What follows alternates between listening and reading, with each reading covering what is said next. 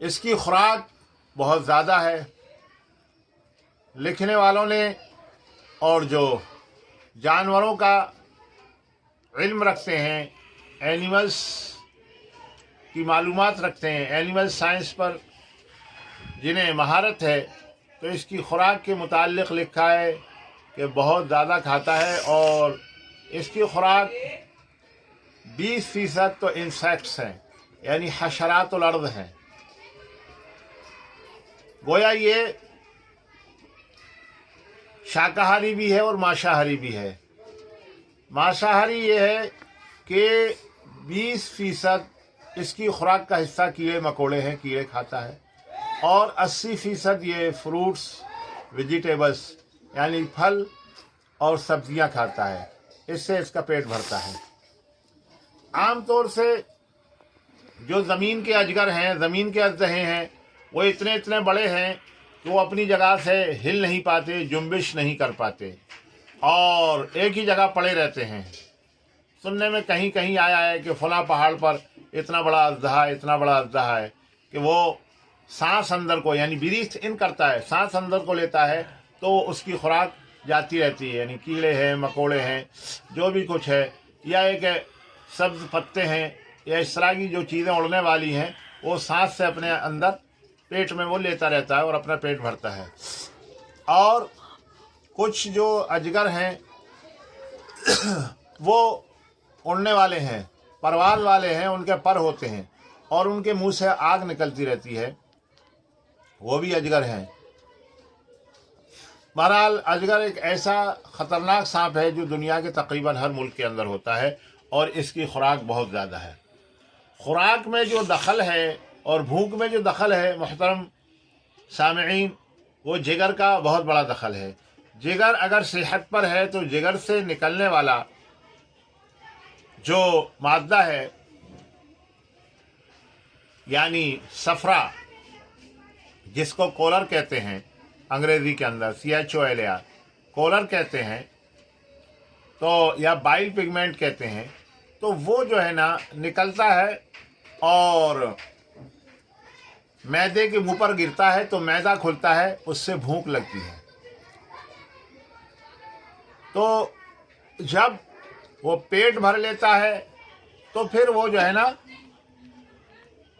اس کا جو ہے نا وہ جگر سے نکلنے والا جو مادہ ہے وہ معدے کے منہ پر نہیں گرتا. تو گویا کہ جو ہے بھوک لگانے میں اور بھوک بند کرنے میں جگر ہی کا دخل ہے. وہ صفرا، وہ کولر، وہ بائل پگمنٹ جو جگر اور لیور سے نکلتا ہے اور اس کا سیکریشن اور اس کا افراز جگر سے ہو کر معدے کے منہ پر گرتا ہے، تب انسان کو بھوک لگتی ہے. اور جب پیٹ بھر جاتا ہے، معدہ بھر جاتا ہے خوراک سے، ڈائٹ سے، تو اس کا منہ بند ہو جاتا ہے اور وہ صفرے کا سیکریشن اور صفرے کا افراز اور اس کا گرنا معدے کے منہ پر بند ہو جاتا ہے. یہ خدا تعالیٰ کا نظام ہے، رب العالمین کا یہ نظام ہے، اور یہ سسٹم آف ایپیٹائٹ ہے. بھوک لگنے کا یہی نظام اشتہا کا نظام ہے. باہر کیف نام جو اس کا اجگر رکھا گیا، یہ ہندی لفظ ہے. ایک تو ہے لفظ، دو لفظوں کا یہ مرکب ہے. It is composition of 2 syllable جگر، جگر، یعنی اس کے جگر نہیں. مطلب یہ ہے کہ یہ بہت کھاتا ہے، بہت کھاتا ہے. ظاہر ہے کہ اس کی جو فیملیز ہیں اور اس کی جو سورٹس ہیں سانپ کی، اس میں سب سے زیادہ خوراک جو ہے وہ اجگر ہی کی ہے. جگر، جو ہے نفی کے لیے، کانٹراسٹ نفی کے لیے، اور جو ہے بلوم شبد ہے اور کانٹراسٹ ورڈ ہے یا نگیٹیوٹی کے لیے ہے. جگر نہیں، جگر نہیں، یہ مطلب ہے اجگر کا، یعنی یہ بہت کھاتا ہے. اور ظاہر ہے کہ اس کی خوراک جو ہے نا، اس کے جو سورٹس ہیں، اس کی جو فیملیز ہیں اور اس کے جو وہ اقسام ہیں سانپ کے، ان سب میں بہت ہی زیادہ ہے. اس لیے جو ہے محترم بزرگوں، اس کا نام رکھا گیا اجگر. یعنی اصلی ترجمہ ایٹیمولوجیکل اس کا جو ٹرانسلیشن ہے وہ ہے جگر نہیں. تو یہ اجگر اس طرح بنا ہے. آج کچھ بعض الفاظ کی چاہتے ہیں ہم کہ آپ کے سامنے ایٹیمولوجی صرف جو ہے نا لفظ آنٹ، جس کے معنی جو ہے نا مختلف ہیں، چچی ہے، پھوپھی ہے، خالہ ہے، ممانی ہے، اس ایک لفظ کی حقیقت کو آپ کے سامنے بیان کریں۔ محترم بزرگوں اور دوستو، زبان جو ہے وہ بولنے کے لیے ہے، بول چال کے لیے، اس میں کوئی شبہ نہیں، تاکہ ہم بولنے والے کا مطلب اور حق جو ہے سمجھ سکیں، وہ ہم سے کیا چاہتا ہے اور ہم اس سے کیا چاہتے ہیں۔ تو اللہ رب العزت کا بہت بڑا جو عطیہ ہے اور نعمت ہے اور تحفہ ہے وہ زبان ہے۔ اللہ نے اس نعمت کا قرآن پاک کی اس آیت میں ذکر کیا، وَعَلَّمَهُ النُّطْقَ وَالْبَيَانَ، کہ اللہ رب العزت نے انسان کو بولنے کی صلاحیت دی، انسان کو اسپیکنگ پاور دی۔ تو یہ بولنے کی صلاحیت جو ہے نا بہت بڑا انعام ہے۔ یہ معلوم کب ہوتا ہے؟ جب ہماری ملاقات گونگے لوگوں سے ہوتی ہے، جو ڈم لوگ ہیں اور جو بولنا نہیں جانتے، اخرس لوگ ہیں، جب ان سے ملاقات ہوتی ہے تو ہمیں احساس ہوتا ہے کہ واقعی یہ نعمت کتنی اہم ہے، اس کا کوئی بدل نہیں۔ اور کسی گونگے کو کوئی بھی دنیا کا فلاسفر، کوئی حکیم، کوئی جو ہے نا وہ ڈاکٹر اس کو زبان نہیں دے سکتا اگر اللہ تعالیٰ نے اس کو زبان نہیں دی ہے، بولنے کی صلاحیت نہیں دی ہے۔ بہرحال تو زبان بہت اہم چیز ہے۔ انگریزی ہو، فارسی ہو، اردو ہو، عربی ہو، دنیا کی کوئی بھی زبان ہو، جرمن ہو، فرانسیسی ہو، لیکن یہ ہے کہ اس میں زبان کے لیے جو خصوصیتیں ہونی چاہیے، اگر وہ خصوصیتیں اس میں ہیں، اس کے اندر جو فیچرز ہیں، اس کے اندر جو ہے خاصیتیں ہیں وہ موجود ہیں، تو زبان اتنی ہی اعلیٰ اور بالا ہوگی۔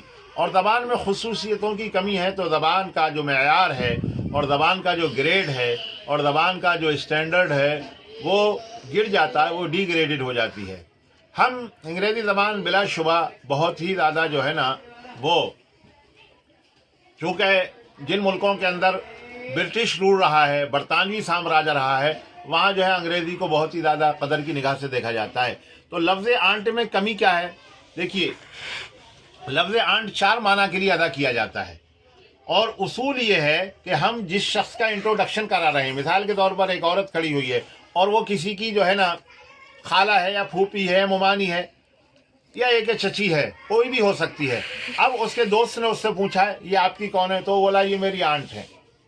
اب ظاہر ہے کہ لفظ آنٹ سے 4 معنی کا احتمال ہے، 4 معنی کی جو ہے پاسبلٹی ہے۔ بولنے والے تو بول دیا، تو اس کے اندر یہ خامی ہے، کمی ہے کہ پتہ نہیں وہ اس کی خالہ ہے کہ پھوپھی ہے۔ ہو سکتا ہے بولنے والے کا مقصد یہ ہو کہ یہ میری خالہ ہے، وہ سمجھ رہا ہو پھوپھی ہے، اور بولنے والے کا مقصد پھوپھی ہو اور وہ سامنے والا مخاطب سمجھ رہا ہے کہ اس کی ممانی ہے، اور بولنے والے کا مقصد یہ ہو کہ وہ میری چچی ہے اور وہ سمجھ رہا ہو کہ اس کی خالہ ہے۔ بہرحال اینی تو اس کے اندر یہ بہت بڑی کمی ہے، بہت بڑا ابہام ہے، بہت بڑی خامی ہے کہ سامنے انٹروڈکشن سے، تعارف سے جو مقصد ہے کہ چیز بالکل نکھر کر سامنے آ جائے اور بالکل وہ انلائٹنڈ ہو جائے اور ایک دم وہ ہائی لائٹ ہو جائے اور اس پر مکمل طور پر جو ہے نا روشنی پڑ جائے کہ اس کا تعلق اس سے چچانی کا ہے، ممانی کا ہے، یا خالہ کا ہے، یا پھوپھی کا ہے، یہ واضح نہیں ہوتا۔